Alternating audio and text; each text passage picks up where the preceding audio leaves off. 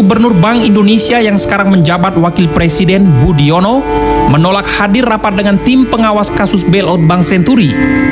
Melalui juru bicara Wakil Presiden Yopi Hidayat, Budiono menegaskan kasus Bank Senturi sudah selesai karena mendapat rekomendasi panitia kerja dan pansus dalam sidang paripurna terkait kasus Senturi yang diserahkan sepenuhnya kepada lembaga penegak hukum.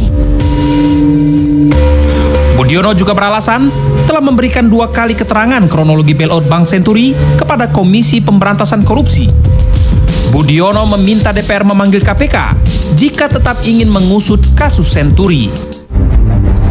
Budiono telah mengirim surat kepada DPR 1 hari sebelum rapat tim Was Senturi. Salah satu alasannya, Budiono ingin menghormati proses hukum. Sebelumnya, tim Was Senturi pernah memanggil Budiono Desember 2013 lalu. Namun Budiono juga menolak hadir dengan alasan sudah menyampaikan keterangan kepada Pansus Senturi dan KPK. Dengan 2 kali ditolak Budiono, DPR memiliki kewenangan memanggil paksa Wakil Presiden Budiono yang pernah menjabat Gubernur Bank Indonesia saat kasus Bank Senturi terjadi. Anggota tim Was Senturi dari fraksi PKS Indra mengatakan, tim Was akan mengambil tindakan tegas kepada Budiono yang menolak panggilan rapat kasus Senturi. DPR berencana mengkonfrontasi pernyataan Budiono yang mengatakan Oktober hingga November 2008 Bank Senturi bangkrut dan kondisi tersebut mengancam perekonomian Indonesia. Kegagalan institusi keuangan kala itu dianggap dapat menimbulkan efek domino atau krisis sistemik. Mantan Wakil Presiden Yusuf Kala menduga kasus Bank Senturi terindikasi direkayasa. Sebab Yusuf Kala mengaku tidak ada krisis ekonomi di Indonesia saat skandal Bank Senturi terjadi. Berdasarkan hasil perhitungan kerugian negara yang dilakukan Badan Pemeriksa Keuangan dan selesai 20 Desember 2013 lalu, skandal penyelamatan Bank Senturi merugikan negara 7,4 triliun rupiah. Mengapa Wakil Presiden Budiono seakan tidak kooperatif dengan tim Was Senturi terkait pengusutan skandal Bank Senturi? Benarkah KPK tidak menemukan keterlibatan Budiono yang dianggap salah dalam kasus Senturi? Atau mungkin demi hukum dan menjaga stabilitas pemerintahan, kasus Bank Senturi harus dihentikan? Tim Liputan, JAK TV.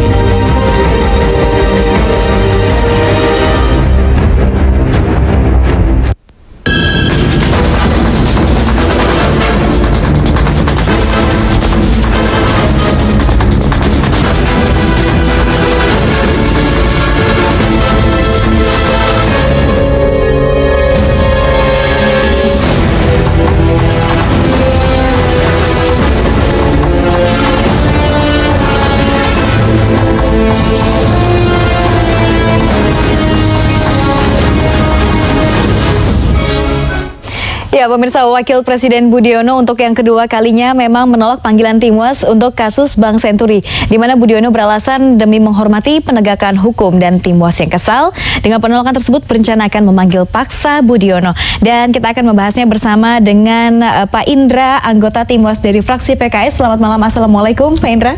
Waalaikumsalam warahmatullahi wabarakatuh. Dan juga Bu Siti Zuhro, pengamat politik. Selamat malam Bu, Assalamualaikum. Selamat malam. Ya, saya ke Pak Indra dulu. Ini bisa diceritakan dulu Pak Indra, kenapa tim Was memanggil kembali Budiono? Ya, kita sama-sama tahu ya, beberapa waktu yang lalu, bulan yang lalu, Budiono ketika diperiksa oleh KPK, selesai pemeriksaan menyampaikan beberapa keterangan pers secara resmi di muka publik. Dan ada beberapa substansi yang menurut kita itu perlu dikonfirmasi dan diklarifikasi. Karena ini menjadi penting dalam rangka menjalankan amanah undang-undang, dalam rangka menjalankan amanah paripurna, di mana tim Was punya kewajiban untuk mengawasi proses penegakan hukum terkait dengan dugaan pidana korupsi bailout Senturi ini. Ada beberapa poin. Pertama, masalah ada keterangan yang disampaikan Pak Budiono ketika di pansus sebelumnya terkait dengan paradigma ini bailout, dan tapi ketika kemarin waktu di konferensi pers sebelumnya kan ini adalah pengambil alihan. Ini kan secara paradigma juga satu hal yang berbeda. Terus juga ada hal yang baru, contoh bagaimana Pak Budiono kurang lebih yang kita tangkap bahwasanya menyampaikan yang bertanggung jawab terkait dengan bailout Senturi ini adalah LPS. Yang dimana sebelumnya kalimat itu atau substansi itu belum pernah disampaikan. Kita tahu bahwasanya undang-undang LPS yang menyatakan LPS bertanggung jawab kepada siapa? Presiden. Nah ini kan kita perlu konfirmasi, apakah maksud Pak Budiono itu yang bertanggung jawab terhadap BLS Senturi ini presiden atau siapa? Ini yang perlu kita klarifikasi. Nah, yang ketiga juga berulang-ulang Pak Budiono dalam pernyataan persnya menyatakan ini adalah tindakan mulia. Ini menarik karena gini, kita tahu ya, polemik Senturi, bailout Senturi sistemik tidak sistemik, tindakan benar tidak benar, itu sudah selesai sebenarnya. Kenapa saya bilang katakan selesai? Karena konstruksi potret terhadap Senturi itu sudah dinyatakan secara hukum oleh KPK bahwasanya ada unsur tindak pidana korupsi, ada tindak pidana korupsi dalam bailout Senturi ini. Kalau bahasa saya, ini kan merampok uang negara dengan kedok bailout sebenarnya. Jadi ketika KPK sudah menetapkan tersangka BM dan SCF dan kawan-kawan dan menegaskan unsur pidana korupsi sudah terpenuhi dan menetapkan tersangka, kita juga nggak tahu nih BM, SCF dan kawan-kawan apakah termasuk Budiono, nanti kan perlu kita kejar terus. Nah tapi di sisi yang lain Budiono masih menyatakan ini tindakan mulia, padahal penegak hukum sudah menyatakan ada tindak pidana korupsi dan BPK dalam auditnya sudah menyatakan bahkan kerugian negara 7,4 triliun. Jadi ini kan satu hal yang perlu kita klarifikasi, di mana tindakan mulianya dan seterusnya. Nah, oleh karena itu kita sesuai dengan amanah putusan paripurna bahwasanya kita harus mengawasi ini. Jadi pemanggilan Pak Budiono kita perlu mengkonfirmasi dan mengklarifikasi sehingga pengawasan tim UAS terhadap aparat penegak hukum dalam ini KPK, Polri dan Kejaksaan dalam menuntaskan kasus ini kita punya data yang lebih komprehensif dan mendalam. Nah sehingga nanti kita berharapkan ini sudah 5 tahun loh kasus Senturi ini begitu lambat tapi menggantung begitu ya? Ya ini kan kita nggak boleh menjadi dosa anak cucu ya. Kita nggak boleh ada tindak pidana korupsi, ada perampokan uang negara dengan kedok bailout Senturi, lantas dibiarkan begitu saja. Ini kita semangat kita di situ. Oke, baik. Bu Siti Zuhro, tadi melihat yang disampaikan oleh Pak Indra ini, Pak Budiono pernah mengakui bahwa LPS ini bertanggung jawab, yang bertanggung jawab atas Bank Senturi ini adalah LPS. Menurut Ibu sendiri bagaimana? Apakah Pak Budiono ini memberikan isyarat? Isyarat ya. Iya, jadi teman-teman DPR menurut saya memang tajam ya, mendengarkan ini semua disimak gitu apa yang diucapkan konferensi pers itu oleh Pak Budiono. Bayangan saya tadinya itu ketika DPR sudah menyerahkan ke KPK selesai ranah politik ini selesai supaya tidak ada politisasi hukum kan seperti itu, diserahkan kepada KPK lalu KPK dengan proaktif menyelesaikan juga menuntaskan paling tidak urusan Bank Senturi ini bagus sekali kalau sebelum pemilu 2014 tapi celakanya ternyata Bank Senturi nggak selesai sampai di tahun politik sekarang ini. Ini tahun politik banget gitu. Jadi hitungan minggu ya, berapa minggu ke depan kita sudah mau pemilu legislatif. Tentunya dengan pemilu legislatif itu semua partai termasuk PKS gitu ya, semuanya itu akan melakukan semacam persiapan dan persaingan kompetisi atau kontestasi yang luar biasa dalam hal ini. Apapun yang bisa dijadikan komoditi politik itu akan dilakukan oleh mereka. Nah, dalam kompetisi kontestasi yang seperti ini, ranah hukum yang seharusnya itu sudah dilakukan atau dituntaskan oleh KPK ternyata tidak. Mengapa tidak KPK yang ditanya gitu ya? Apa yang sudah disampaikan oleh Pak Budiono tentunya kalau isyaratnya ke LPS dan LPS bertanggung jawab kepada siapa, kenapa masih melipir gitu ya? Kenapa tidak langsung saja kepada DPR-nya itu melipir kata orang Jawa. Jadi menyisir dari pinggir gitu. Mengapa tidak langsung melakukan semacam hak interpelasi, meminta keterangan dari Presiden, katakan seperti Pak Indra. Jadi begini, sebenarnya yang diusulkan, jadi mengesankan bahwa RI 1 ini untouchable gitu. Diusulkan publik itu bukan interpelasi, Mbak Siti Zuhro, tapi adalah angket. Jadi gini, memang di kita di DPR saat itu ada berpikir ada opsi-opsi untuk menyatakan hak menyatakan pendapat, hak menyatakan pendapat, minta pertanggungjawaban dari, karena kesimpulan Pansus Senturi sebelumnya kan ada pelanggaran dan seterusnya.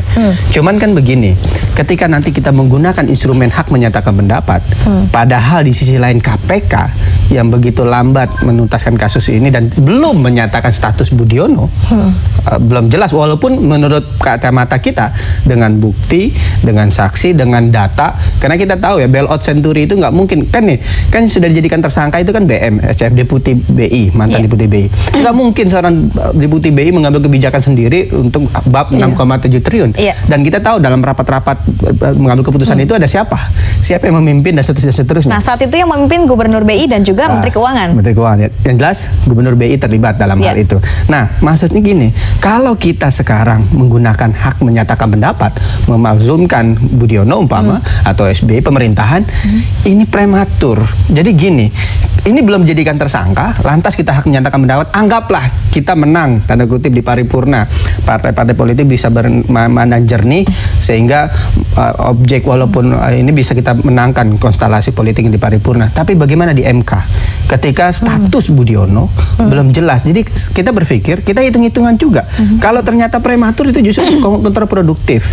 Nah, makanya kita dari awal mendorong KPK, jelaskan status Budiono sesegera mungkin. Jangan gantung kasus ini. Ini kan jelas nih. Kita 2012 sudah dinyatakan ada tindak pidana korupsi.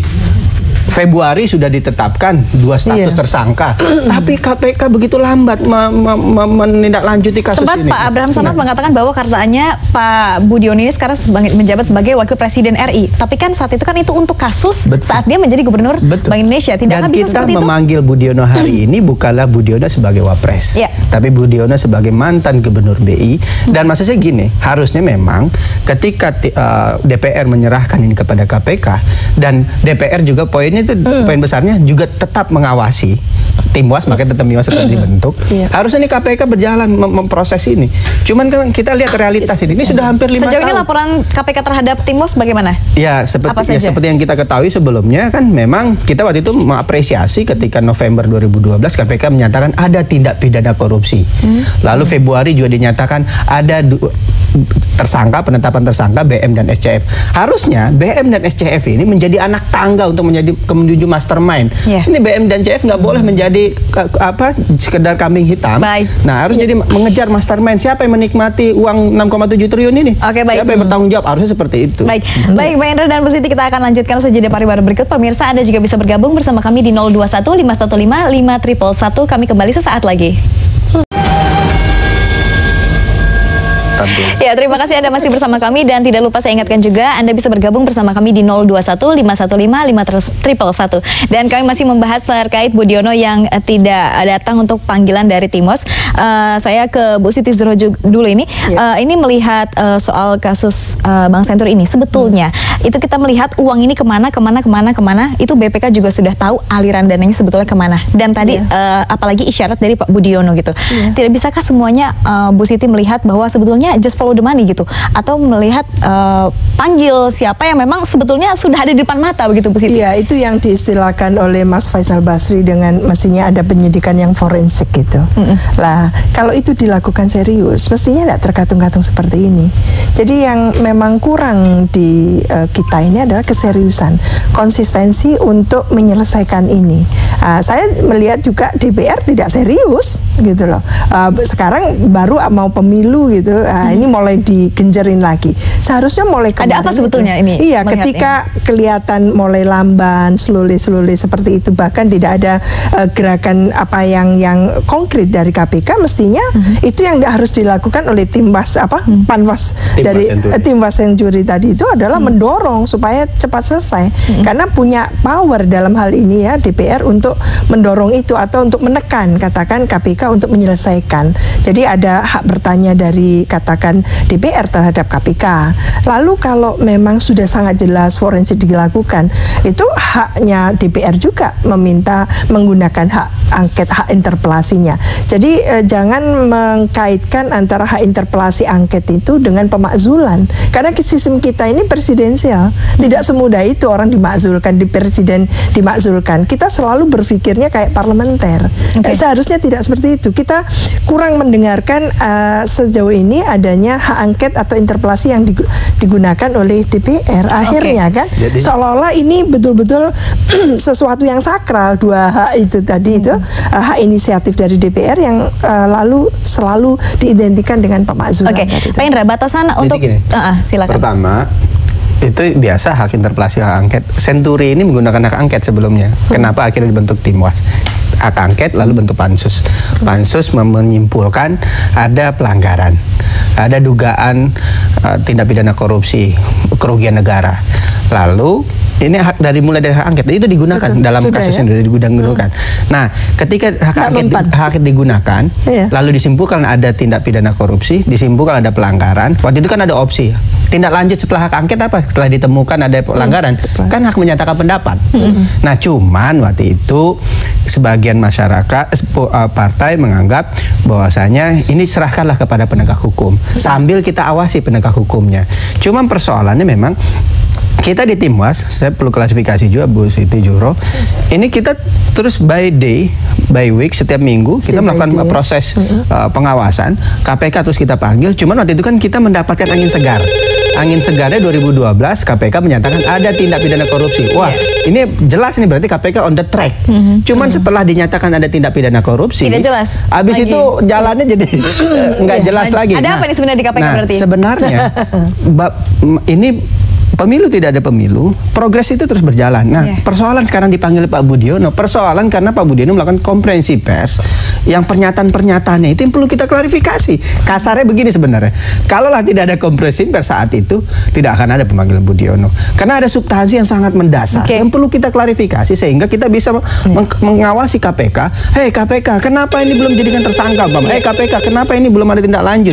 Nah, kita butuh basis data itu. Oke, baik Pak Indra, kita tahan dulu sejenak. Kita akan sapa dulu penelpon yang satu ini. Halo, selamat malam.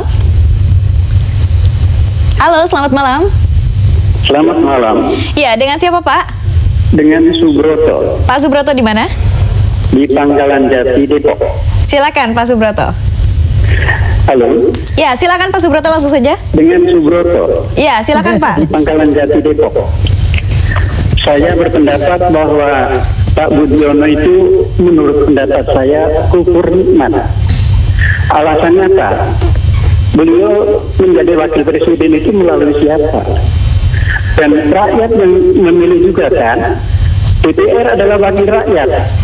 Karena itu harusnya kalau memang beliau ini gentleman, ya harus datang. Itulah pendapat saya. Terima kasih. Baik. Terima kasih Pak Subroto di Depok. Silakan. Jadi gini, saya pikir salah satu respon publik ya. Karena saya pun berpikir begini sebenarnya sederhana. Pertama adalah seharusnya Budiono sebagai kepemimpin negeri ini seorang negarawan yang memberikan contoh baik. Contoh baiknya apa, Ma? Undang-undang menyatakan dalam pasal 72 setiap pejabat negara, setiap warga negara apabila dipanggil DPR harus hadir. Nah, harusnya dia memberikan contoh itu dalam hal ini. Nah, yang sederhana, logika yang sederhana yang digunakan oleh publik akhirnya, kenapa? Apa yang sih ditakuti?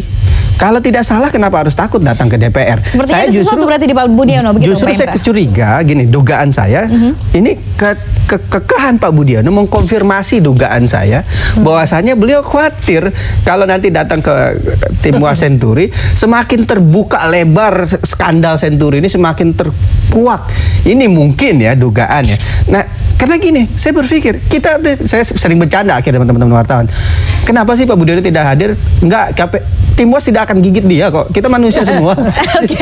Apa yang dikhawatir? Jadi sederhana.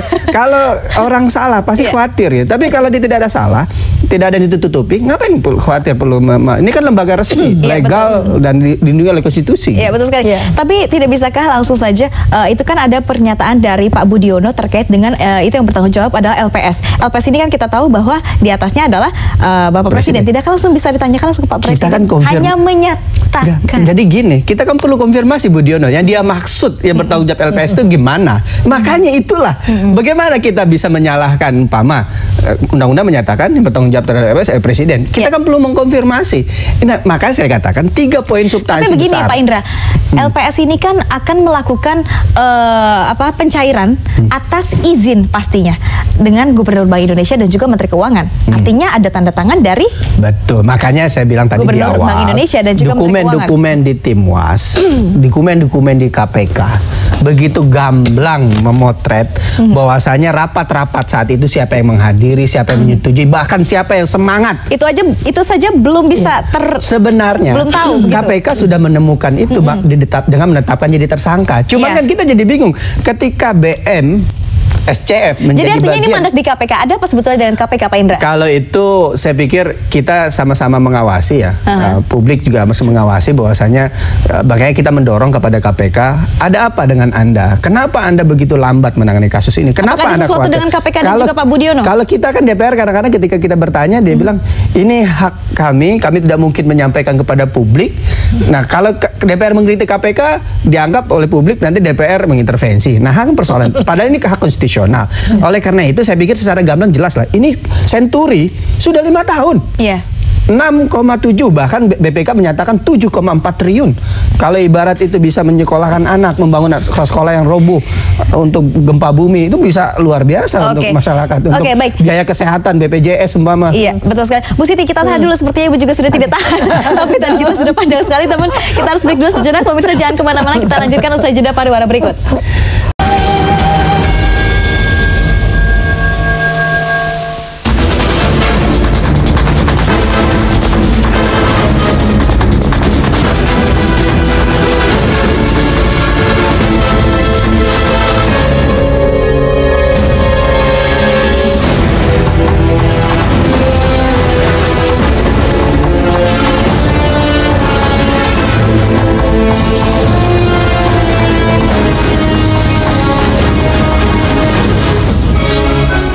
Ya, Anda masih bersama kami dalam Ada Apa Berita dan kita masih membahas. Bu Siti, silakan langsung tanggapi tadi yang kita sudah perbincangkan terkait Pak Indra. Mas Indra tadi sebetulnya bukan clue lagi, sangat jelas ya.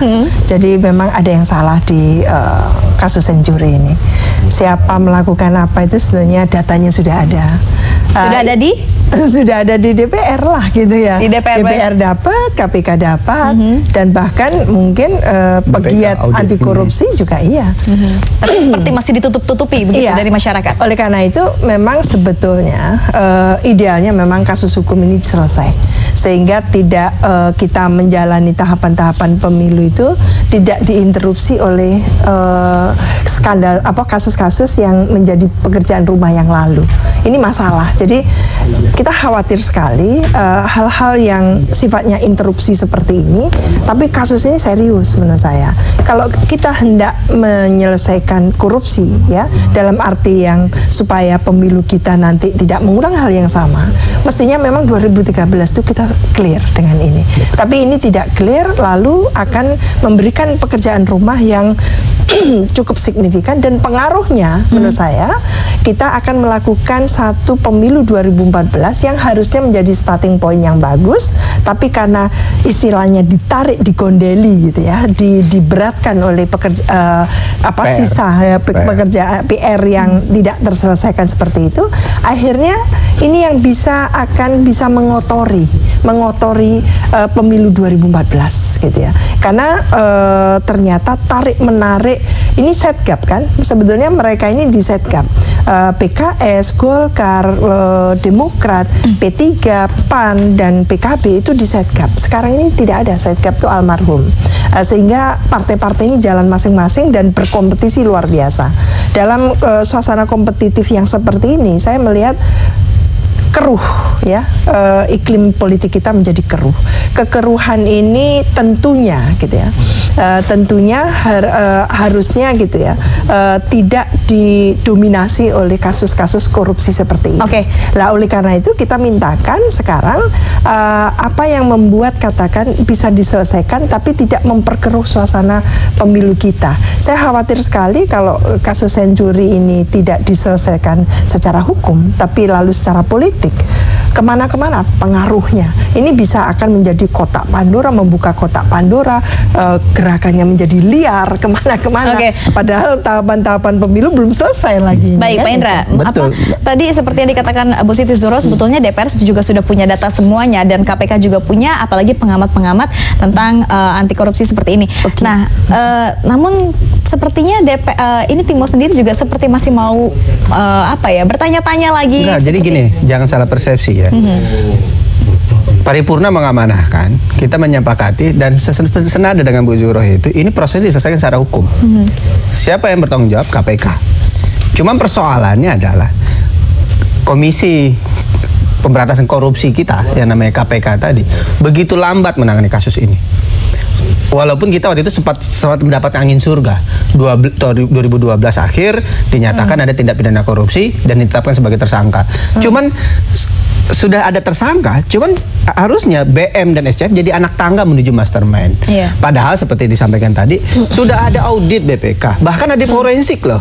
Ada audit yang menyatakan siapa aliran dana kemana, siapa saja, bahkan juga keluarga X juga. Sebetulnya tidak sesulit itu begitu kan? Nah, jadi kan korupsi sederhana, follow the money, ikuti aliran uang itu. Nah, KPK sebenarnya punya kemampuan untuk hal itu. Tapi cuman kita juga bingung, kenapa untuk kasus Senturi KPK terkesan tidak berdaya. Bagaimana Anda sebagai tim KPK yang mengawasi KPK yang juga? Kenapa kita selalu memanggil KPK mempertanyakan hal ini?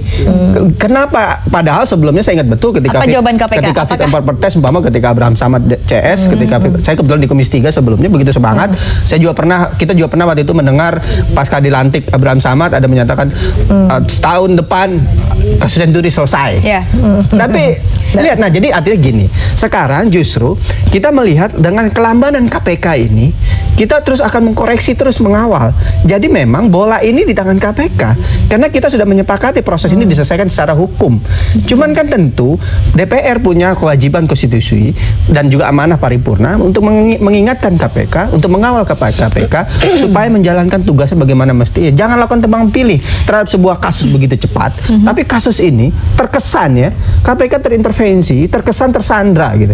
Padahal kan di mata hukum siapapun di mata hukum itu sama. Mau presiden, wakil presiden, KPK memang benar-benar tersandra? Nah, kita tidak tahu. Ada apa-apa? Saya pikir gini, biarlah publik menilai. Yang jelas ini ada sebuah potret yang begitu gamblang yang kita lihat. Audit sudah ada oleh BPK. BPK sudah menyatakan kerugian sekian 7,4 triliun. BPK juga sudah membuat alur ini kemana dan siapa yang menerima. PPATK juga punya data. Kita pun punya dokumen ketika rapat pansus. Artinya Timo sudah berkoordinasi dengan PPATK? Enggak, kita kan semua sudah kita panggil semua itu. Timo sudah memanggil semua pihak. Nah, termasuk KPK selalu kita kawal. Nah, termasuk hari ini tadi harus sudah ada rapat dengan KPK. Tapi karena Budiono tidak datang, itu satu lain hal akhirnya kita undur. Karena ini sangat relevan ketika Budiono sudah mengkonfirmasi, mengklarifikasi, kita juga akan bertanya kepada KPK. Kasarnya gini loh. Kenapa BM, SCF dan kawan-kawan saja? Siapa dan kawan-kawan itu? Kenapa tidak, tanda kutip umpama Gubernur BI saat itu dijadikan tersangka umpama, padahal jelas dia hadir, dia membuat keputusan, dia bersama-sama. Hal-hal itu yang akan kita, dan yang menarik kan tadi pernyataan Pak Budiono, LPS yang bertanggung jawab. Nah, ini kita kejar lagi hal-hal seperti itulah. Nah, jadi sekarang sebenarnya mari kita sama-sama dorong.